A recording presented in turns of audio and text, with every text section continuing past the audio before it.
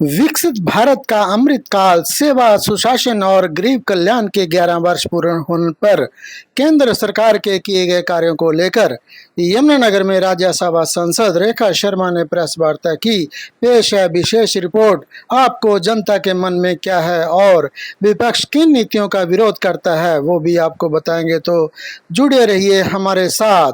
Bharatiya Janata party द्वारा देश में विकसित भारत का अमृत काल मनाया जा रहा है, जो कि केंद्र में नरेंद्र मोदी सरकार के 11 वर्षों की उपलब्धियां, सेवा, सुशासन और गरीब कल्याण को समर्पित है। इसी क्रम में हरियाणा के यमुनानगर जिले में राज्यसभा सांसद रेखा शर्मा ने एक प्रेस वार्ता की। इस दौरान उन्होंने बीते 11 वर्षों में केंद्र सरकार द्वारा किए गए कार्यों की चर्चा की और प्रधानमंत्री नरेंद्र मोदी के नेतृत्व को ऐतिहासिक बताया। प्रेस वार्ता की विशेष बातें आपको बताते हैं कि रेखा शर्मा ने क्या कहा। उन्होंने कहा, बीते 11 सालों में भारत ने अंतर्राष्ट्रीय स्तर पर अपनी साख बढ़ाई है। हमारी सरकार ने सबका साथ, सबका विकास और सबका विश्वास के मंत्र को अपनाते हुए कार्य किया है। गरीबों के लिए प्रधानमंत्री आवास योजना, उज्ज्वला योजना, आयुष्मान भारत, जन धन योजना जैसी कई योजनाएं मील का पत्थर साबित हुई हैं। उन्होंने बेटी बचाओ बेटी पढ़ाओ अभियान का विशेष तौर पर जिक्र किया, जो हरियाणा से ही शुरू हुआ था और राष्ट्रीय स्तर पर एक सामाजिक क्रांति बनी। जनता के मन में सरकार की नीतियों को लेकर क्या है, सुनिए।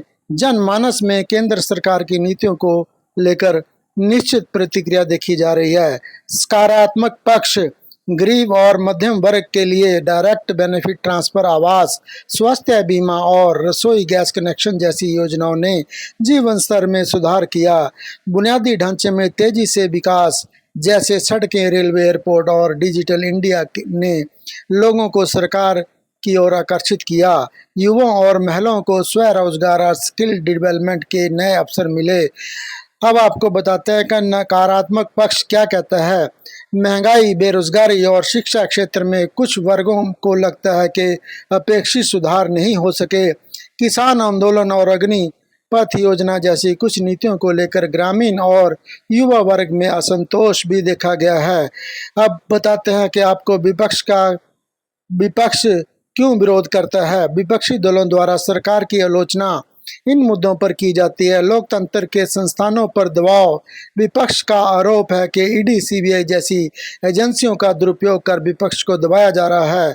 अडानी अंबानी मुद्दा, विपक्ष अक्सर मोदी सरकार पर पूंजीपतियों के पक्ष में नीतियां बनाने का आरोप लगाता है।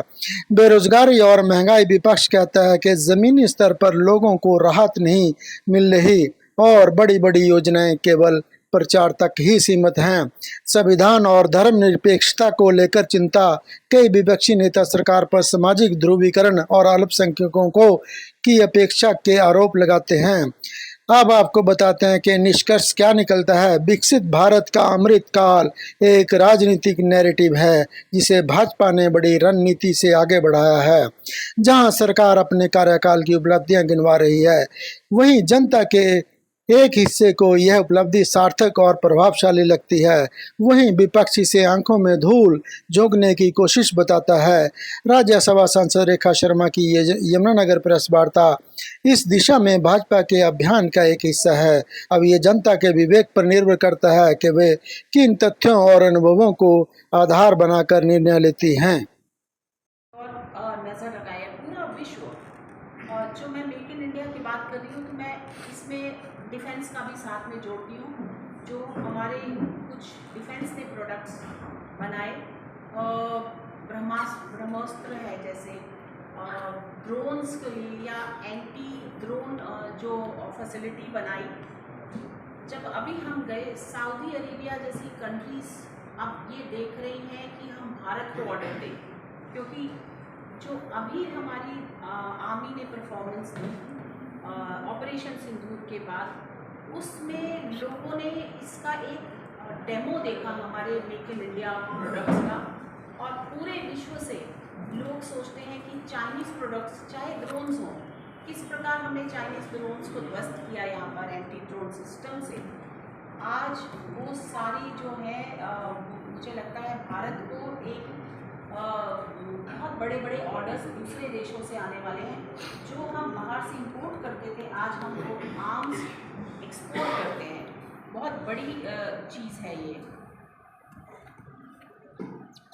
न्यू नॉर्मल जो आज है हमारा, वो है आतंकवाद से लड़ना। और ये मोदी जी ने बिल्कुल साफ कर दिया कि ये न्यू नॉर्मल वो होगा जो अब आतंकवाद को बैठकर सिर्फ ये नहीं कहेगा कि अब हम इसे कंडेम करते हैं।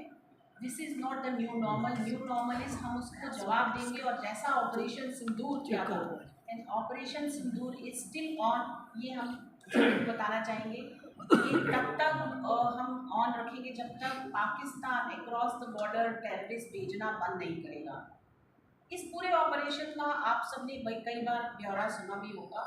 इसमें हमने ना आम व्यक्तियों को कोई नुकसान पहुंचाया, ना हमने आर्मी की जगह पर कोई ऐसा नुकसान पहुंचाया। हमने नुकसान पहुंचाया कि जब हमने 9 जगह पर ये अपने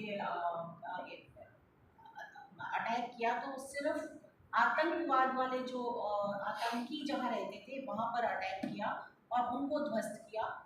ये सोच भी नहीं सकते थे पाकिस्तान वाले कि इंडिया के पास प्रिसाइज चीज़ें हैं, वो प्रिसाइज लोकेशंस हैं जहाँ पर ये ध्वस्त कर सकते हैं 9 जगह पर।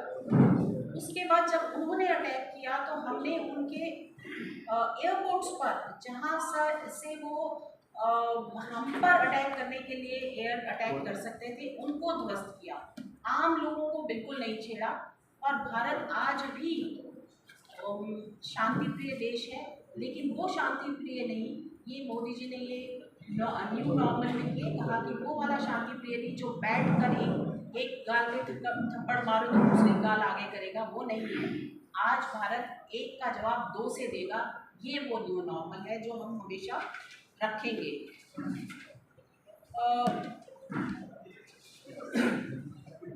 मोदी जी ने अभी कुछ दिनों पहले कहा कि मेरा सपना है कि भारत का गरीब सिर्फ आंकड़ों में ना हो, सिर्फ नीति निर्माण, और ये नीति निर्माण में भी इसको सेंट्रलाइज किया जाए, इसके आसपास नीतियां बनाई जाए।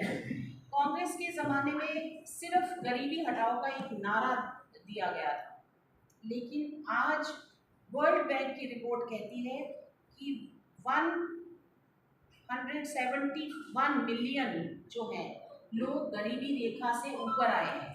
ये बहुत बड़ी, वहीं ये अभी 2-3 दिन पहले आई है वर्ल्ड बैंक की रिपोर्ट, जिसमें कहा गया है कि पाकिस्तान कैसे नीचे की ओर जाते जा रहा है गरीबी रेखा में, और भारत कैसे ऊपर उभरता जा रहा है।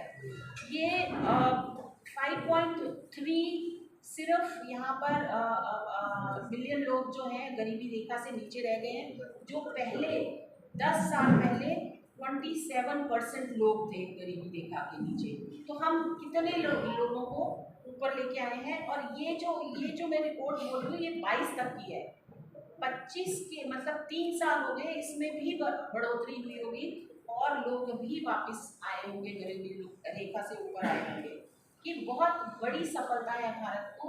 जहाँ भारत देखा जाता था सपेरों का देश है, जहाँ देखा जाता था बाहर की हाथी के ऊपर चढ़ के जा रहे हैं सड़क के ऊपर, आज टेक्नोलॉजी के नाम से जाना जाता है भारत, डिजिटल भारत के नाम से जाना जाता है। डिजिटली जो हमने इम्प्रूव किया, शायद मैं पूरे अभी 4 कंट्रीज़ में होके आई हूँ, अल्जीरिया जैसे कंट्री में भी, बहुत सारे कंट्रीज़ में जहाँ बहुत कुवैत में पैसा इतना है, वहाँ का एक दिनार जो है हमारे 240 से भी ऊपर रुपए है। लेकिन डिजिटली कोई भी उतना आगे नहीं निकल पाया।